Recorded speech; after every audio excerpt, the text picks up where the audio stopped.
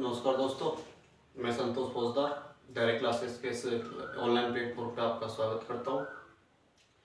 तो परसों हमने क्लियर कर लिया था कि मेवाड़ में गोहिल वंश ने शासन किया था और गोहिल वंश की उत्पत्ति के मैंने सिद्धांत बताए थे कुछ इतिहासकारों के। फिर मैंने बप्पा रावल बताया, बप्पा रावल के बाद अल्लट बताया था। अल्लट में के बाद एक शासक आता है रण सिंह, और रण सिंह के होते हैं दो संतानें। बड़ा बेटा होता है छिम सिंह। छिम सिंह रावल शाखा का अगला शासक बन जाता है और एक छोटा बेटा होता है राहब। राहब को सिसोदा गांव की जागीर प्रदान कर दी जाती है, इसलिए सिसोदा गांव में रहने के कारण राहब के वंशज कहलाए थे सिसोदिया। और रण सिंह के संतान हुआ करते थे, इसलिए अपने शब्द के आगे राणा लगाते। उसके बाद एक महत्वपूर्ण शासक आता है मेवाड़ में, नाम आता है रावल जैत्र सिंह। नाम आता है रावल जैत्र सिंह। शासनकाल 1213 से 1252 के मध्य आता है। रावल जैत्र सिंह एक महत्वपूर्ण शासक हुआ मेवाड़ में। शासनकाल 1213 से 1252 के मध्य में आता है। देखना हुआ क्या। रावल जैत्र सिंह को दशरथ शर्मा, एक इतिहासकार हुए थे दशरथ शर्मा। दशरथ शर्मा ने रावल जैत्र सिंह के शासनकाल को मध्यकालीन मेवाड़, क्या मध्यकालीन मेवाड़, मध्यकालीन मेवाड़ के इतिहास का स्वर्ण काल कहा।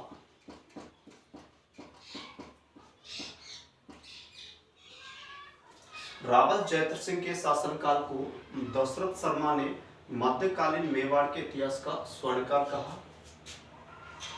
रावल जैत्र सिंह को मेवाड़ की नवशक्ति का संचारक कहा जाता है।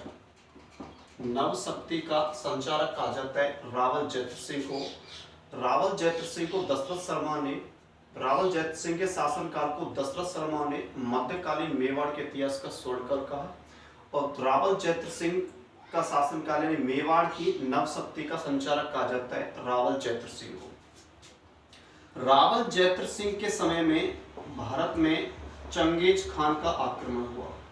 चंगेज खान का आक्रमण, मंगोल आक्रमणकारी चंगेज खान ने भारत में आक्रमण किया था। उस समय मेवाड़ के शासक हुआ करते थे रावल जैत्र सिंह। रावल जैत्र सिंह जब मेवाड़ में शासन कर रहे थे तो उस समय दिल्ली का एक शासक हुआ करता था, सुल्तान हुआ करता था इल्तुतमिश। नाम था इल्तुतमिश। दिल्ली का शासक था इल्तुतमिश। और इल्तुतमिश और रावल जैत्र सिंह के मध्य में एक युद्ध होता है, भूताला का युद्ध। भूताला का युद्ध होता है और युद्ध होता है 1227 ईस्वी में। 1227 में भूताला का युद्ध होता है इल्तुतमिश और मेवाड़ के शासक रावल जैत्र सिंह के मध्य में। इसमें रावल जैत्र सिंह विजयी होते हैं।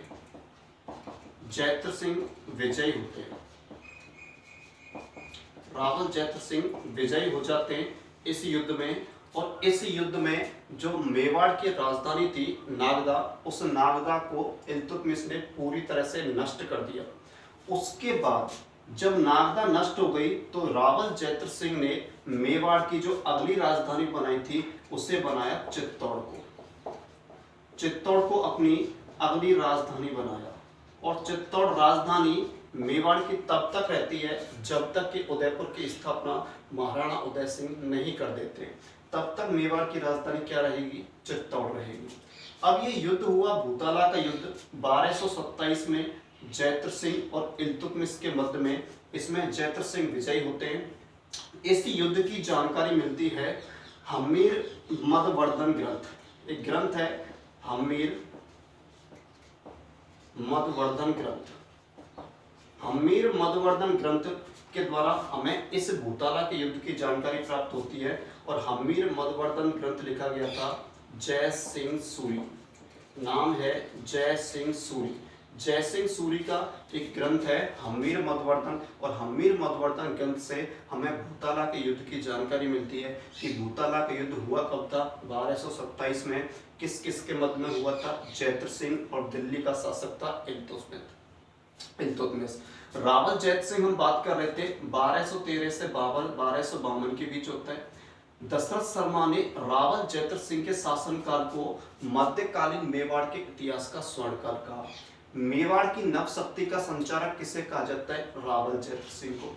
रावल जैत सिंह के समय में भारत में आक्रमण किसने किया था? चंगेज खान आक्रमण किया था। मंगोल आक्रमणकारी हुआ करता था चंगेज खान, और चंगेज खान ने आक्रमण किया था भारत में।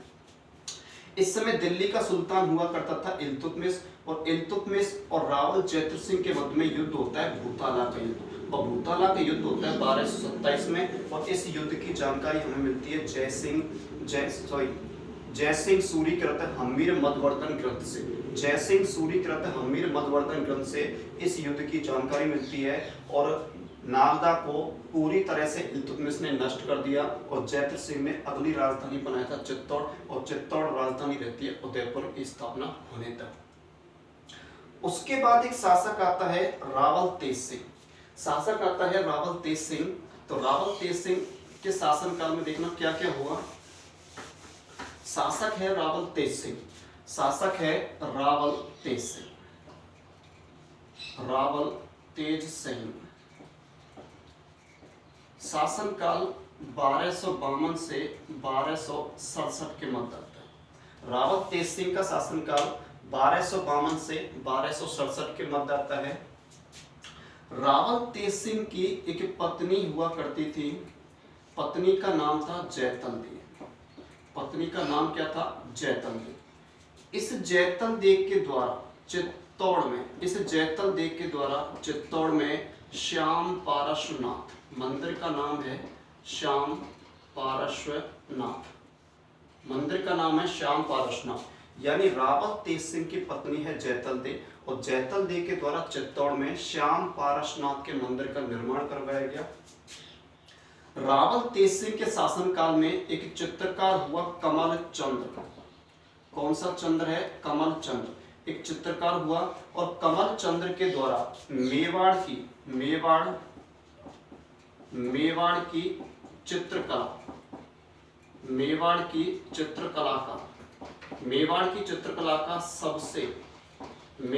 चित्रकला का सबसे प्राचीन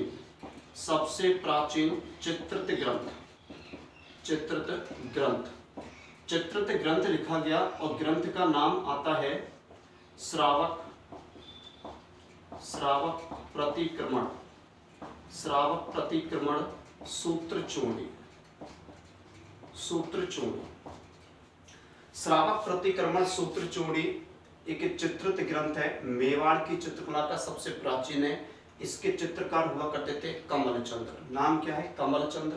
रावल तेज सिंह का शासनकाल 1252 से 1267 के मध्य में आता है। पत्नी का नाम है जैतल देव, और जैतल देव ने कहाँ पे? चित्तौड़ में। और चित्तौड़ में कौन सा मंदिर बनवाया? श्याम पारश्वनाथ का मंदिर। कमल चंद्र चित्रकार के द्वारा मेवाड़ की चित्रकला का सबसे प्राचीन चित्रित ग्रंथ लिखा गया, उसका नाम है श्रावक प्रतिक्रमण सूत्रचूड़ी। कई बार एग्जाम में प्रश्न पूछा गया है कि श्रावक प्रतिक्रमण सूत्रचूड़ी का संबंध किस रियासत से है? तो रियासत है मेवाड़। किस शासक से है? तो शासक है रावल तेज सिंह। चित्रकार कौन था? कमल चंद्र। क्या नाम है? कमल चंद्र। यहां तक हम बात कर ली है। अब आगे एक शासक आता है समर सिंह। देखना, शासक है समर सिंह, एक शासक आता है रावल समर सिंह।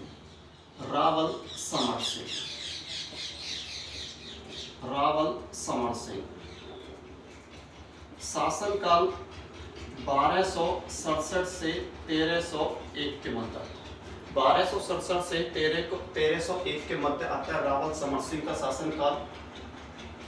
रावल समर सिंह जब मेवाड़ के शासक थे, उस समय दिल्ली का शासक हुआ करता था अलाउद्दीन खिलजी।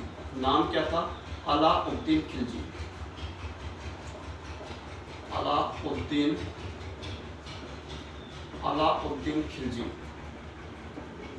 दिल्ली का शासक हुआ करता था अलाउद्दीन खिलजी।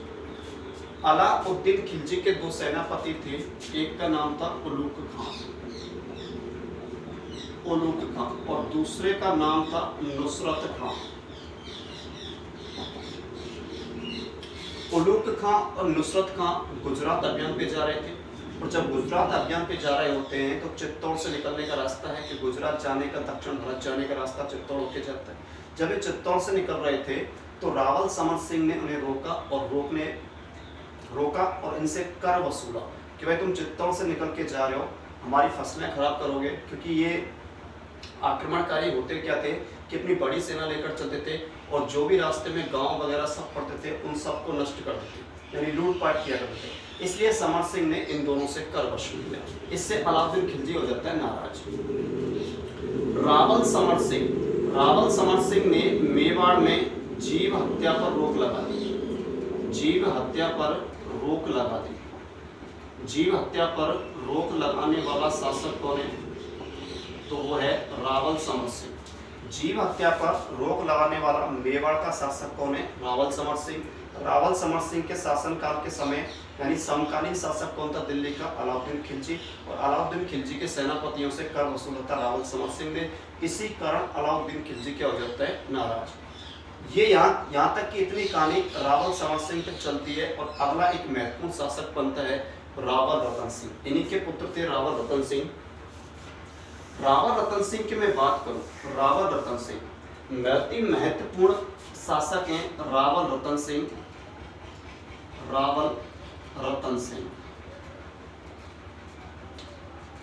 1301 से 1303 के मध्य शासन काल आता है। 1301 से 1303 के मध्य शासन काल आता है। होता क्या है, रावल रतन सिंह जब मेवाड़ के शासक बने तब मेवाड़ की स्थिति शोचनीय थी, क्योंकि एक तो रावल समर सिंह ने अलाउद्दीन खिलजी को नाराज कर दिया था। नए नए शासक बने थे उस टाइम। अलाउद्दीन खिलजी भी दिल्ली चित्तौड़ पे आक्रमण करना चाह रहा था। देखना, जब अलाउद्दीन खिलजी आक्रमण करता है